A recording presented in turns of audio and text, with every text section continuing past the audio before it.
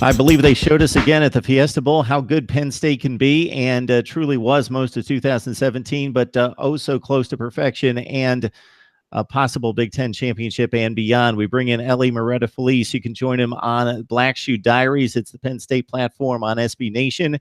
Ellie, we appreciate you jumping on board with us. It's always great to be with you.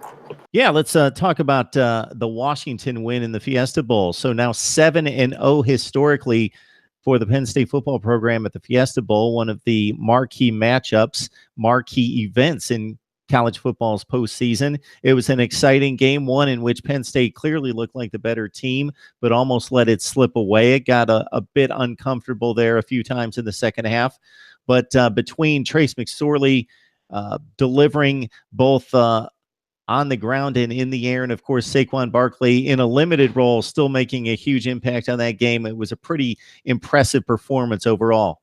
Yes, it was, and it was as you mentioned, it was one of those games that kind of defined Penn State in the Joe Moorhead area, almost, right? So Penn State for the past 2 years, they've won a lot of games. They've won a Big Ten title. They went to the Rose Bowl.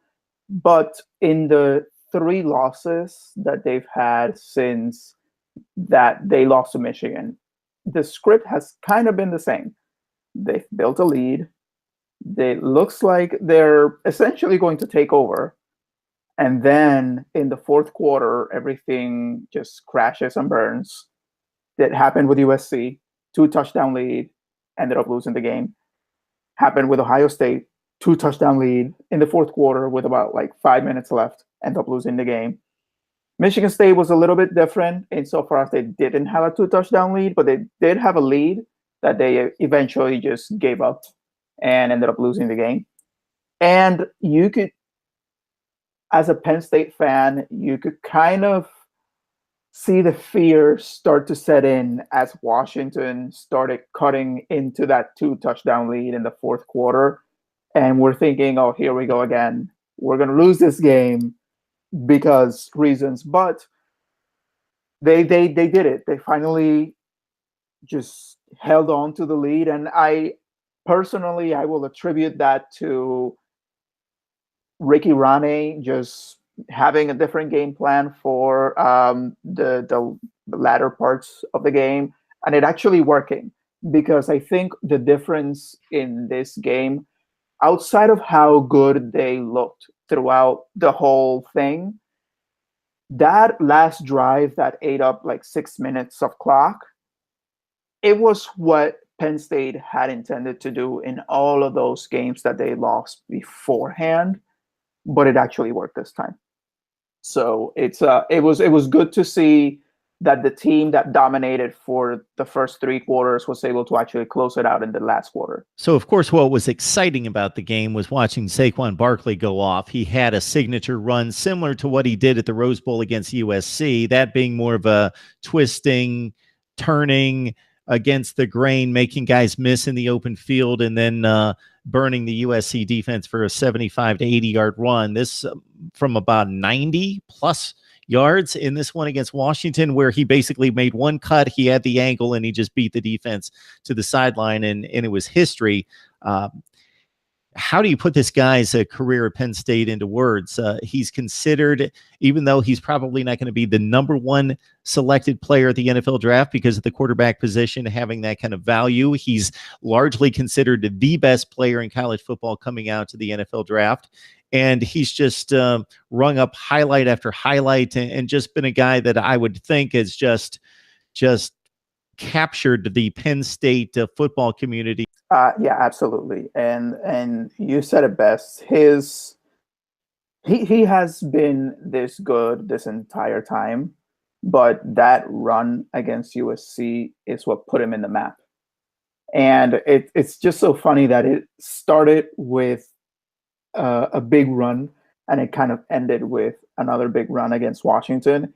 And as per his status among Penn State backs, he's gonna be one of the best. And I do want to kind of give a nod to history, and there have been players that have had more production than Barkley. He's not number one all time, right? So there have been players that have accomplished more in the sense of, have they won a national championship? But in terms of the value that a player brought to the team at the time of his playing time, he's hands down the most important player any Penn State team has had, and it will be decades before we see another player like Saquon Barkley. I would want to say in the country, but I don't want to go that far. I'll say at Penn State, I don't think we're going to see a player as important that does as much, that is able to so easily just do things that humans shouldn't do, or at least humans that weigh as much as he does. For a while. It's going to be a while before we see another Saquon Barkley. Yeah, the one play didn't gain a whole lot of yardage, but one of the final drives of the game, trying to gain a first down when Trace McSorley was flushed out of the pocket, almost crossed the line of scrimmage, then swung it out to Saquon on the left sideline, and he had traffic in his way. But what he do? He just hurled straight over somebody for the first down to keep that drive alive. He's just an exceptional player and athlete, and so much fun to watch. And you look at the Penn State running back position, historically, it's one of the great positions in all of college football. When you talk, you can bring up the school, Alabama quarterback, Ohio State defensive back, whatever it is, Penn State running back, Franco Harris, Blair Thomas, Larry Johnson, Gijana Carter, going back to Lenny Moore, Lydell Mitchell was a special player back in his day, and now Saquon Barkley, from an athletic standpoint, might be the cream of the crop, and statistically ranks right up there with the rest of them. So he will be missed, but it'll be interesting to follow his career at the next level as well.